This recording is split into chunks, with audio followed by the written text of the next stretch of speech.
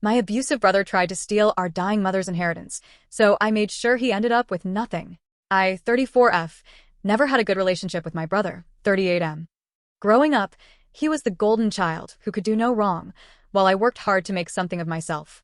I moved out at 18, put myself through college, and built a successful career in marketing. Meanwhile, my brother never left our parents' house, jumping between part-time jobs and mooching off our parents' generosity. Everything changed when our mother was diagnosed with stage 4 lung cancer last year. Our father had passed away 5 years prior, and Mom was living alone with my brother. When I heard about her diagnosis, I immediately took a leave of absence from work and moved back home to care for her. From day one, my brother made my life miserable. He would hide Mom's medications, accidentally delete important doctor's appointments from the calendar, and tell her horrible lies about me when I wasn't around. I later found out he was telling her that I was only there to steal her money and that I was planning to put her in a nursing home. The reality was that I was the one taking Mom to every appointment, managing her medications, cooking her meals, and helping her with basic tasks while he sat in his room playing video games all day. He would only emerge to ask Mom for money or complain about how I was taking over the house. The breaking point came when I discovered he had been intercepting Mom's mail, including important medical documents and bills. He had also been pressuring her to change her will to make him the sole beneficiary of the house and her savings. Thankfully, Mom was lucid enough to see through his manipulation. I documented everything.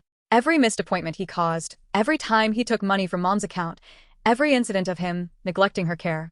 I kept a detailed log and gathered security camera footage I had installed to monitor Mom's safety. When Mom passed away 6 months ago, we discovered she had updated her will just 2 weeks before her death.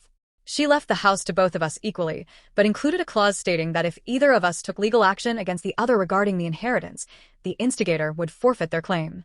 My brother, being his greedy self, immediately tried to contest the will, claiming I had manipulated Mom. This was his biggest mistake. I presented all my evidence to the court, the documentation, the footage, witness statements from Mom's doctors and nurses about his negligence, and bank records showing his years of financial abuse. The judge was appalled. Not only did my brother lose his claim to the house due to the will's clause, but the court also ordered him to repay a substantial amount of money he had taken from Mom's accounts over the years. Today, I own our childhood home outright. I've renovated it and turned Mom's garden into a beautiful memorial space. My brother? He finally had to move out and get a real job.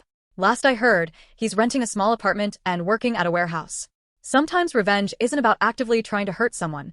It's about letting them destroy themselves while you do the right thing. Mom always taught us that honesty and hard work pay off in the end.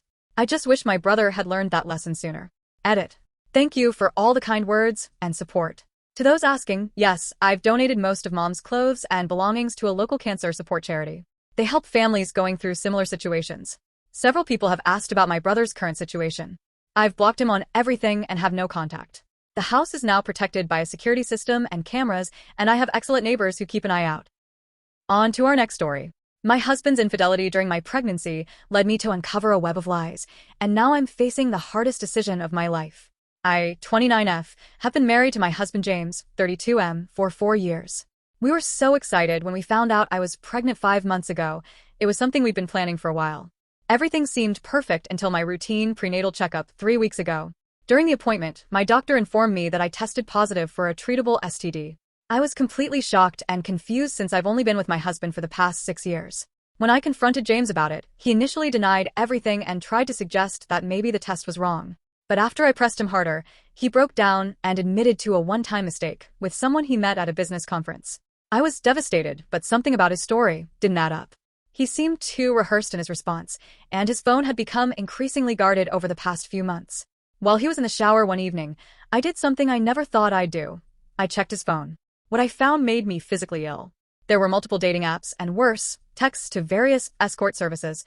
The messages dated back almost a year. I took photos of everything as evidence before he could delete them. I also found email receipts for hotel bookings and money transfers to different women. I spent the next few days in a daze, staying with my sister while telling James the first needed space to think. During this time, I did something that might be considered extreme. I created a fake email account and contacted several of the women I found in his phone, pretending to be someone interested in their services. To my surprise, many of them responded. Some even remembered James. One woman in particular, let's call her Rose, was incredibly kind when I finally revealed who I really was. She confirmed that James had been a regular client for months and that he never mentioned being married, let alone having a baby on the way. She was horrified when I told her about my pregnancy and the STD. Rose put me in touch with other women who knew James, and the picture they painted was heartbreaking. He had been living a complete double life, spending thousands of our savings on these encounters. Money that was supposed to be for our baby's future. I gathered all the evidence, the STD test results, screenshots, hotel receipts, bank statements, and the testimonies from the women. Then I contacted a divorce lawyer and had papers drawn up.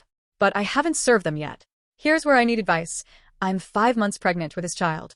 Every time I think about this baby, I feel a mix of love and utter despair. The thought of being connected to James for the rest of my life through this child terrifies me. The thought of raising a child alone terrifies me.